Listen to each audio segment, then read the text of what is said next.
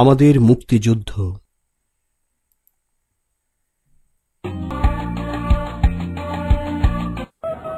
Government of Bangladesh is run very much physically and purposefully with the help of the people, with the consent of the people, and with the help of the officers and executive who are in charge of running the government. So I request my foreign journalist friends to convey this fact and truth to their respective countries so that there may be a realization that the government of Bengal is not in paper, not in dream, not a myth, it is a reality. It is such a reality that the world, I hope, cannot ignore it.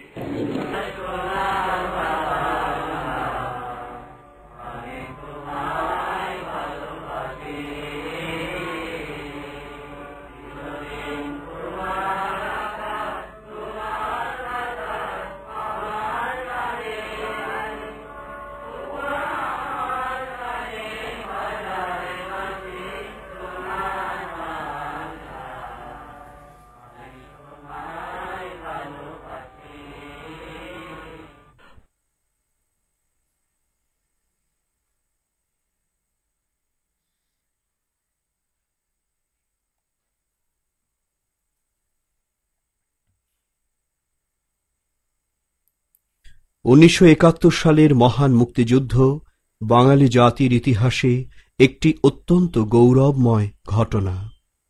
মুক্তিযুদ্ধের মাধ্যমে আমরা লাভ করেছি আমাদের এই প্রিয় দেশ বাংলাদেশ।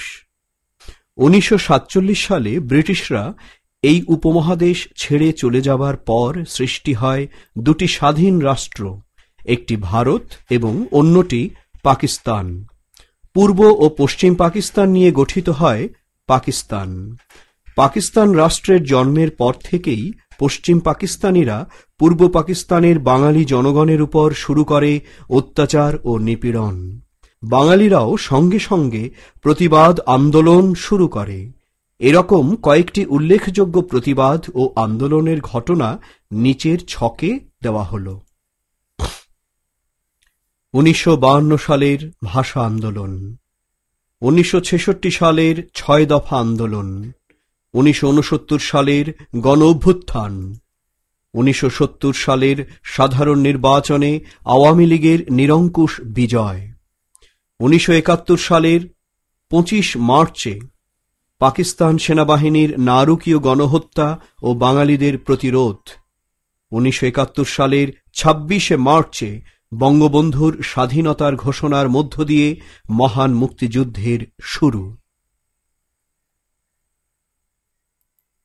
মুক্তিযুদ্ধ শুরুর এক মাসের মধ্যেই 1971 সালের 10 এপ্রিল গঠন করা হয় বাংলাদেশের প্রথম সরকার, যা মুজিবনগর সরকার নামে পরিচিত।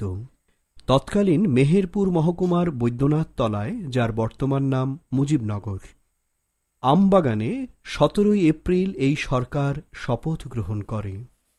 বঙ্গবন্ধু শেখ মুজিবুর রহমান হলেন স্বাধীন বাংলাদেশের প্রথম রাষ্ট্রপতি। তিনি পশ্চিম পাকিস্তানের কারাগারে বন্দী থাকার কারণে উপরাষ্ট্রপতি সৈয়দ নজরুল ইসলাম অস্থায়ী রাষ্ট্রপতির দায়িত্ব পালন করেন। এ সরকারের অন্যতম সদস্যরা হলেন প্রধানমন্ত্রী তাজউদ্দিন আহমেদ, অর্থ ও পরিকল্পনা মন্ত্রী ক্যাপ্টেন মনসুর আলী, স্বরাষ্ট্র এবং ত্রাণ ও পুনর্বাসন মন্ত্রী AHM কামারুজ্জামান। মুক্তিযুদ্ধকে সঠিক পথে পরিচালনা এবং দেশে ও বিদেশে মুক্তিযুদ্ধের পক্ষে জনমত গঠন ও সমর্থন আদায় করার ক্ষেত্রে এই সরকার সফলতা লাভ করে। মুজিবনগর সরকার গঠনের পর মুক্তিযুদ্ধের গতি বৃদ্ধি পায়। এ সরকারের নেতৃত্বে সকল শ্রেণীর বাঙালিরা দেশকে শত্রুমুক্ত করার জন্য সশস্ত্র সংগ্রামে ঝাঁপিয়ে পড়েন। এসো বলি। শিক্ষকের সহায়তায় আলোচনা করো। মুক্তিযুদ্ধ বলতে কি বুঝো? মুক্তিযুদ্ধের তাৎপর্য কি? এসো লিখি। 1947 থেকে 1971 সাল পর্যন্ত পাকিস্তান শাসনামলের একটা ঘটনাপুঞ্জি তৈরি করো। সেই সময়ের আন্দোলনের বছরগুলোকে চিহ্নিত করো। আরও কিছু করি। পরিবারের বড়দের কাছ থেকে পাকিস্তান আমল সম্পর্কে শোনো। যাচাই করি। মুজিবনগর সরকার কোন 3টি কাজ করেছিল?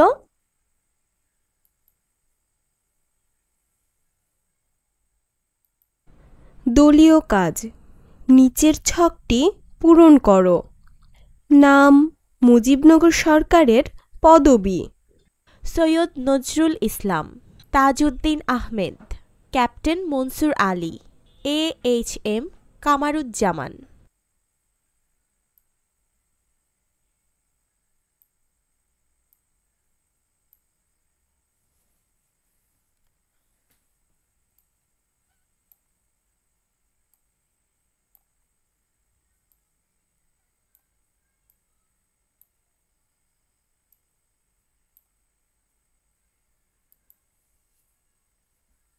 সঠিক উত্তরের পাশে টিক চিহ্ন দাও। 1. মুজিবনগর সরকার শপথ নিয়ে। 2. মুজিবনগর সরকারের রাষ্ট্রপতি। 1971 সালের 11 জুলাই মুক্তিবাহিনী নামে একটি বাহিনী গঠন করা হয়। এই বাহিনীর প্রধান সেনাপতি ছিলেন জেনারেল মোহাম্মদ আতাউল গনি ওসমানী। উপপ্রধান সেনাপতি ছিলেন গ্রুপ ক্যাপ্টেন AK খন্দকার। মুক্তিবাহিনীকে 3টি ব্রিগেড ফোর্সে ভাগ করা হয়েছিল। মেজর খালেদ মোশাররফের নেতৃত্বে K ফোর্স, মেজর KM শফিউল্লাহর নেতৃত্বে S ফোর্স, মেজর জিয়াউর রহমানের নেতৃত্বে জেড ফোর্স। আবার যুদ্ধ পরিচালনার সুবিধার জন্য সারা দেশকে 11টি সেক্টরে ভাগ করা হয়েছিল। নিচে সেগুলো দেখানো হলো।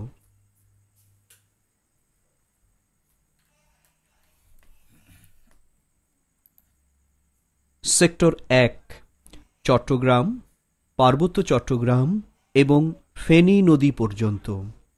সেক্টর 2 নোয়াখালী, কুমিল্লা, আখাউড়া, ভৈরব এবং ঢাকা ও ফরিদপুর জেলার অংশবিশেষ। সেক্টর 3 আখাউড়া, ভৈরব রেললাইন থেকে পূর্ব দিকে কুমিল্লা জেলা, হবিগঞ্জ, কিশোরগঞ্জ ও ঢাকা জেলার অংশবিশেষ।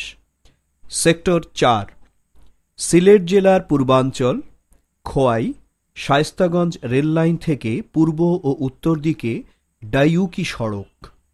সেক্টর 5 সিলেট জেলার পশ্চিম এলাকা এবং সিলেট ডাইউকি সড়ক থেকে সুনামগঞ্জ এবং বৃহত্তর ময়মনসিংহের সীমান্ত অঞ্চল।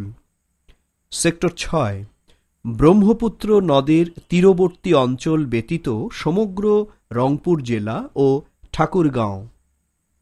সেক্টর 7 সমগ্র রাজশাহী, ঠাকুরগাঁও ছাড়া দিনাজপুরের অবশিষ্ট অংশ এবং ব্রহ্মপুত্র নদের তীরবর্তী এলাকা ব্যতীত সমগ্র পাবনা ও বগুড়া জেলা। সেক্টর 8 সমগ্র কুষ্টিয়া ও যশোর জেলা ও ফরিদপুরের অংশবিশেষ এবং দৌলতপুর সাতক্ষীরা সড়ক পর্যন্ত খুলনা জেলার এলাকা।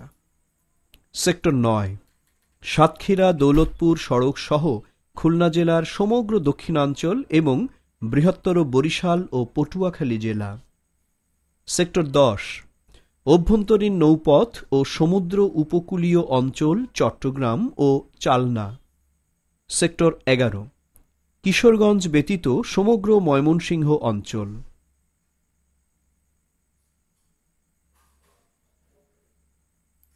এছাড়াও স্থানীয় ছোট ছোট যোদ্ধা বাহিনী ছিল। ভারতের বিভিন্ন অঞ্চলে যোদ্ধাদের প্রশিক্ষণ দেওয়া হতো। তারা গেরিলা ও সম্মুখ যুদ্ধে অংশ নিতেন। 30,000 নিয়মিত যোদ্ধাদের নিয়ে গঠিত এই বাহিনীর নাম মুক্তি ফৌজ। 1 লক্ষ গেরিলা ও বেসামরিক যোদ্ধার সমন্বয়ে গঠিত মুক্তিবাহিনীর সাথে কাঁধে কাঁধ মিলিয়ে যুদ্ধ করেছিলেন এই মুক্তি ফৌজ।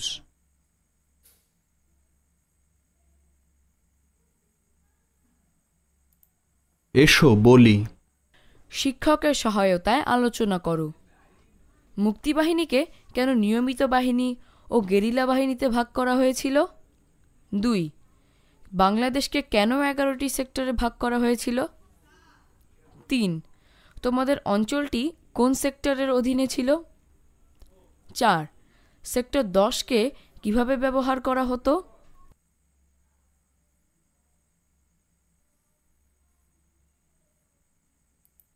এসো লিখি। মুক্তিবাহিনী কিভাবে সংগঠিত হয়েছিল সে সম্পর্কে একটি অনুচ্ছেদ লেখো। আরও কিছু করি। জেনারেল ওসমানী বঙ্গবীর নামে পরিচিত ছিলেন। 1972 সালে চাকরি থেকে তিনি অবসর গ্রহণ করেন। তাঁর সম্পর্কে তোমরা আর কি কি জানো?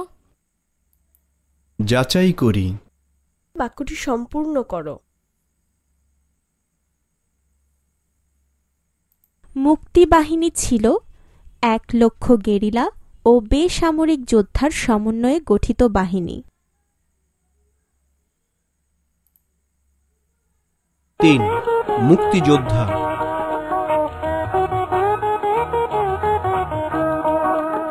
তবে এত কিছু সত্ত্বেও দুষ্টের দমন সহজ ছিল না।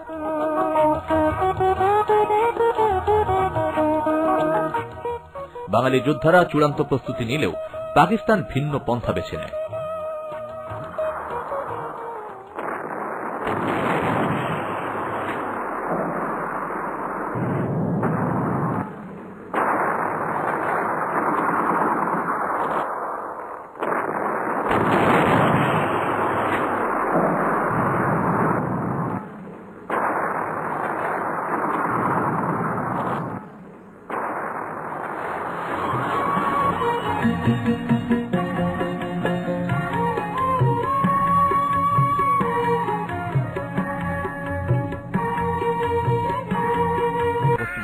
এখানে রৌমারী থানার পুলিশ ক্যাম্প দখল করে সেখানে স্থাপন করা হয় মুক্তিযোদ্ধাদের ট্রেনিং ক্যাম্প।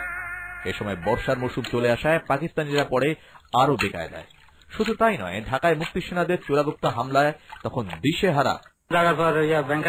আমি ব্যাংকার মেদিন দেখছি 8 জন মানুষ। তারপরে এখানে আমাদের খানা ও স্টেশনকে পাশে ওই লোকের লাঙ্গার তার, তারপরে এখানে থাকে মেজর দুরানি। তারপরে এখান থেকে মুক্তিযুদ্ধের এক অনন্য ঘটনা হল শিশু কিশোরদের যুদ্ধে অংশগ্রহণ।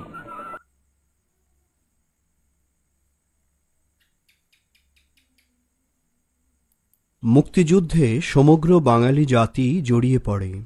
এ যুদ্ধে দল ও মত নির্বিশেষে সকল শ্রেণী পেশার মানুষ অংশগ্রহণ করেন। ক্ষুদ্র নৃগোষ্ঠীর মানুষও এ যুদ্ধে অবদান রাখেন। নারীরা মুক্তিযোদ্ধাদের খাবার, আশ্রয় এবং তথ্য দিয়ে সাহায্য করেন। অনেক নারী প্রশিক্ষণ নিয়ে যুদ্ধে সরাসরি অংশগ্রহণ করেন। সাংস্কৃতিক কর্মীরা তাঁদের কর্মকাণ্ডের মধ্য দিয়ে মুক্তিযোদ্ধাদের অনুপ্রাণিত করেন। এছাড়াও প্রবাসী বাঙালিরা বিশ্বের বিভিন্ন দেশে মুক্তিযুদ্ধের পক্ষে কাজ করেন। প্রতিটি সেক্টরেই গেরিলা বাহিনীর জন্য নির্দেশনা ছিল। অ্যাকশন গ্রুপ অস্ত্র বহন করত এবং সম্মুখ যুদ্ধে অংশ নিত। ইন্টেলিজেন্স গ্রুপ শত্রুপক্ষের গতিবিধি সম্পর্কে খবরাখবর সংগ্রহ করত। সে সময় দেশের মানুষের প্রিয় অনেক গানের একটি ছিল জয় বাংলা, বাংলার জয়। জয় বাংলা ধ্বনি ছিল মুক্তিযোদ্ধাদের প্রিয় স্লোগান। এসো বলি। মুক্তিযুদ্ধে নারীরা কিভাবে অংশগ্রহণ করেছিলেন তা শিক্ষকের সহায়তায় আলোচনা করো। তোমাদের পরিচিত কোনো ব্যক্তি বা শিক্ষক কি মুক্তিযুদ্ধে অংশগ্রহণ করেছিলেন? এসো লিখি। জয় বাংলা, বাংলার জয় গানটির কথাগুলো লেখো। শ্রেণীতে সকলে মিলে গানটি গাও।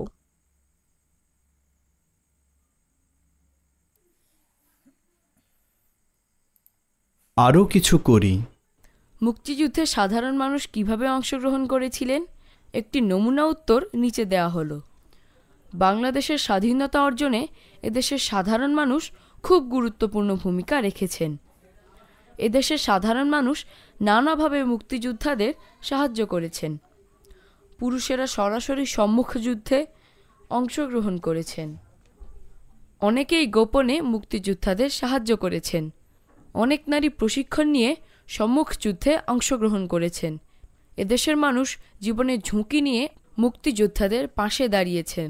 খাদ্য, আশ্রয় এবং অন্যান্য প্রয়োজনীয় জিনিস দিয়ে তারা মুক্তিযোদ্ধাদের যুদ্ধ করতে প্রেরণা জুগিয়েছেন।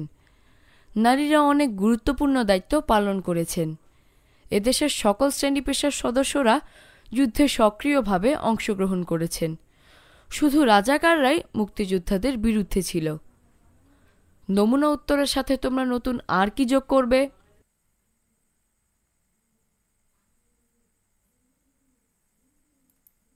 যাচাই করি। নিজের ভাষায় লেখো। মুক্তিযুদ্ধে সাধারণ মানুষ কিভাবে অংশগ্রহণ করেছিলেন? 4. পাকিস্তানি বাহিনীর হত্যা শপথ নেন কুখ্যাত জেনারেল টিক্কা খান।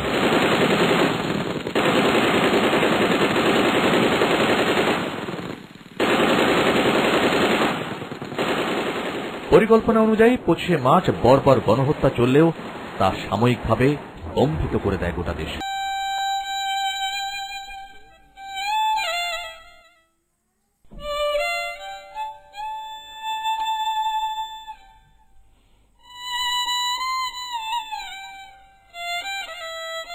সারা রাত ধরে হাজার হাজার ঘরবাড়ি জ্বলতে থাকে গোটা ঢাকা জুড়ে, যেন রাতেও জ্বলে ওঠে দোজখের আগুন।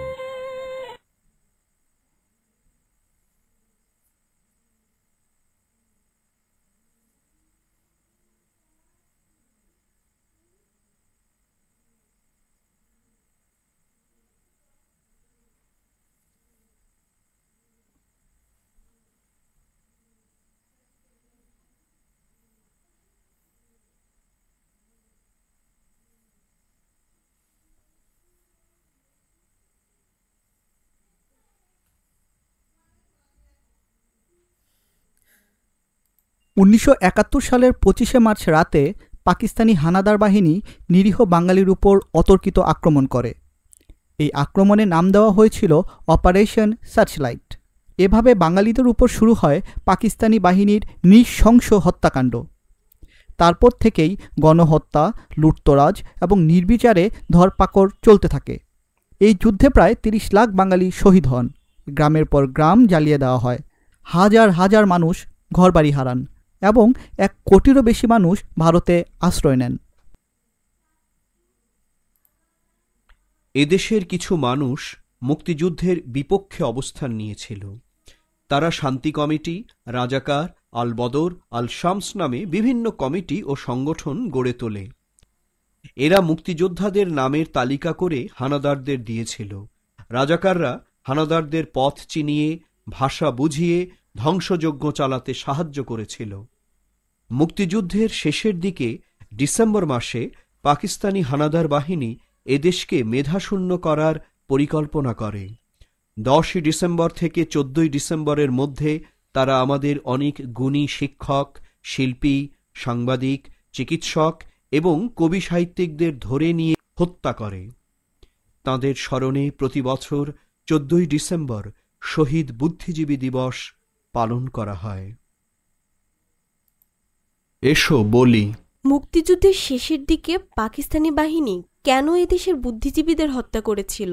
শিক্ষকের সহায়তায় আলোচনা করো।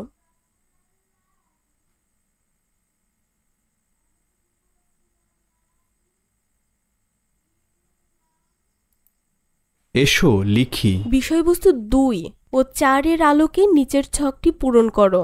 মুক্তিযুদ্ধের পক্ষের বাহিনী, মুক্তিযুদ্ধের বিপক্ষের বাহিনী। মুক্তি ফৌজ, রাজাকার, মিত্র বাহিনী, পাকিস্তানি বাহিনী, মুজিব বাহিনী, আল বদর। আরও কিছু করি। এখানে কয়েকজন শহীদ বুদ্ধিজীবীর ছবি দেওয়া আছে। তারা কে কোন ক্ষেত্রে বিখ্যাত ছিলেন তা খুঁজে বের করো। ক. অধ্যাপক গোবিন্দ্রচন্দ্র দেব। খ. অধ্যাপক মুনির চৌধুরী। গ. অধ্যাপক জ্যোতির্ময় গুহ ঠাকুরতা। ঘ. অধ্যাপক রাশিদুল হাসান। উম. সাংবাদিক সেলিনা পারভিন। চ. ডাক্তার আলিম চৌধুরী। ছ. ডাক্তার আজহারুল হক।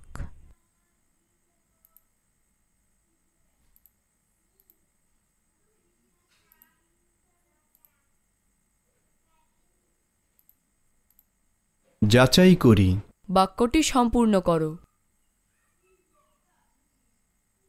শহীদ বুদ্ধিজীবী দিবসের উদ্দেশ্য তাদের স্মরণ করা। শহীদ বুদ্ধিজীবীদের ছবির সাথে নামের মিল করো।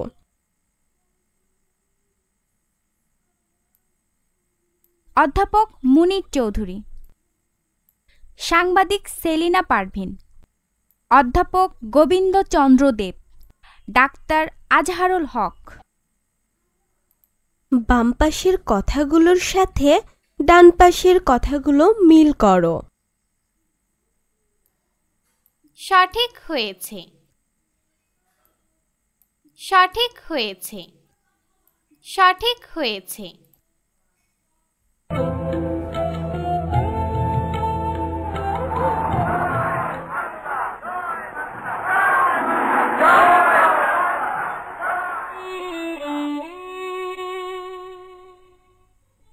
ডিসেম্বর নীরবেই পাকিস্তান রাজি হয়ে যায় বিনা শর্তে আত্মসমর্পণ করতে। বাংলাদেশ সময় বিকেল 4টায় রেসকোর্স ময়দানে, ঠিক যেখানে 7ই মার্চ বঙ্গবন্ধু স্বাধীনতার ডাক দিয়েছিলেন, সেখানেই নতমুখে চারদিক থেকে জয় বাংলা ধ্বনির মধ্যে আত্মসমর্পণ করতে বাধ্য হয় 90,000-এরও বেশি সেনা সদস্য নিয়ে পূর্বাঞ্চলের সেনানায়ক জেনারেল আমির আব্দুল্লাহ খান নিয়াজি।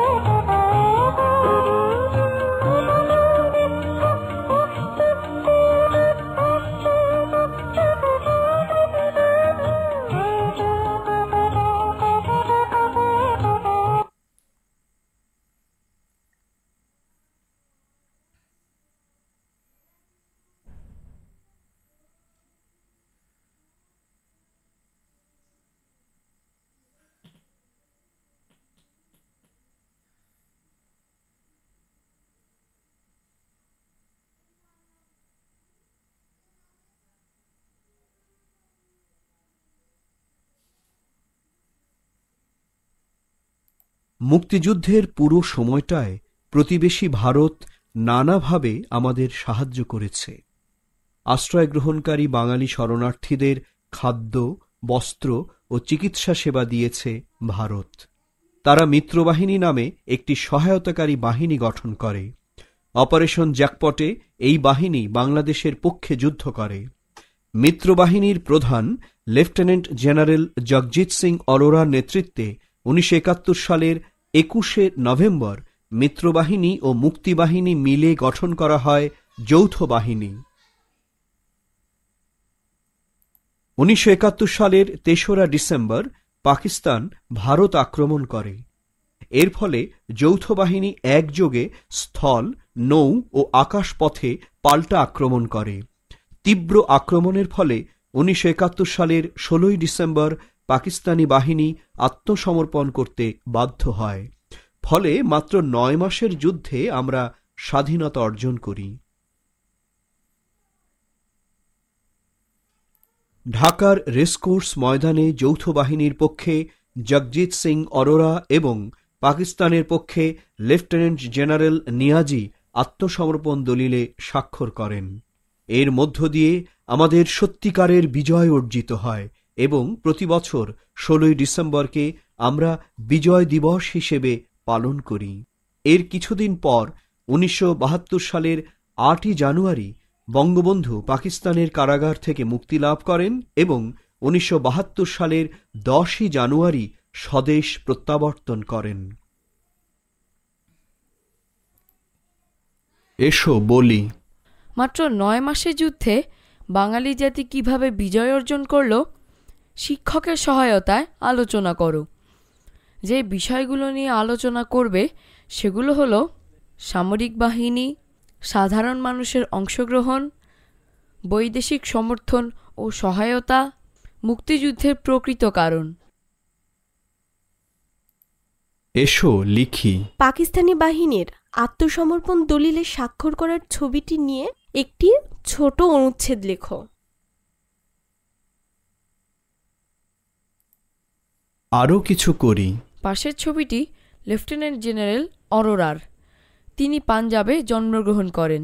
মুক্তিযুদ্ধে ভারতের অংশগ্রহণ নিয়ে আরও কিছু তথ্য সংগ্রহ করো। যাচাই করি। 1971 সালের এই দিনগুলোতে কি ঘটেছিল? 21 নভেম্বর, 3রা ডিসেম্বর, 16ই ডিসেম্বর। 21শে নভেম্বর মিত্রবাহিনী ও মুক্তিবাহিনী মিলে গঠন করা হয় যৌথ বাহিনী। 3রা ডিসেম্বর পাকিস্তান ভারত আক্রমণ করে। 16ই ডিসেম্বর আমরা বিজয় লাভ করি। 6. মুক্তিযোদ্ধাদের রাষ্ট্রীয় উপাধি। যুদ্ধের পর মুক্তিযুদ্ধে বীরত্ব ও সাহসিকতা প্রদর্শনের স্বীকৃতিস্বরূপ বাংলাদেশ সরকার বীরত্বসূচক রাষ্ট্রীয় উপাধি প্রদান করে। মুক্তিযুদ্ধে অসীম সাহসের সাথে যুদ্ধ করে শহীদ হয়েছেন এমন 7 জনকে বীর শ্রেষ্ঠ সর্বোচ্চ উপাধি প্রদান করা হয়। নিচে তাঁদের ছবি দেওয়া হল। ক. ক্যাপ্টেন মহিউদ্দিন জাহাঙ্গীর। খ. Flight lieutenant Motiur Rahman. গ. সিপাহী হামিদুর রহমান। ঘ. ল্যান্স নায়েক নূর মোহাম্মদ শেখ। ও. সিপাহী মোস্তফা কামাল। চ. ইঞ্জিন রুম আর্টিফিশিয়ার রুহুল আমিন।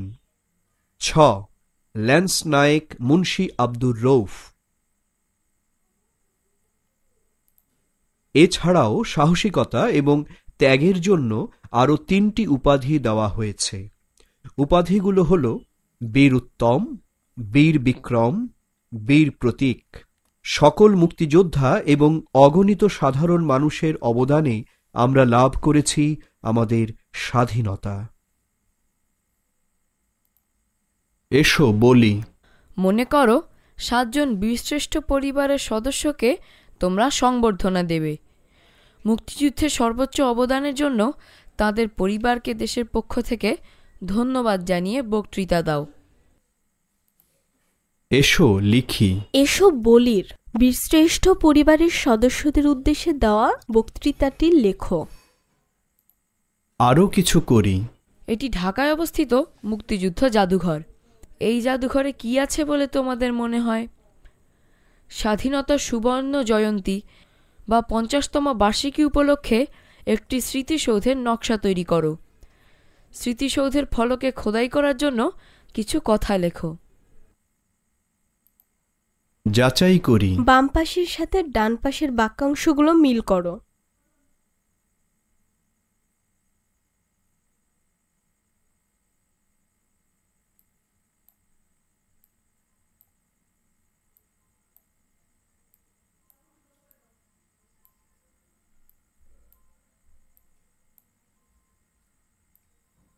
সঠিক হয়েছে। সঠিক হয়েছে। সঠিক হয়েছে। আবার চেষ্টা করো। সঠিক হয়েছে। ছবির সাথে নামের মিল করো।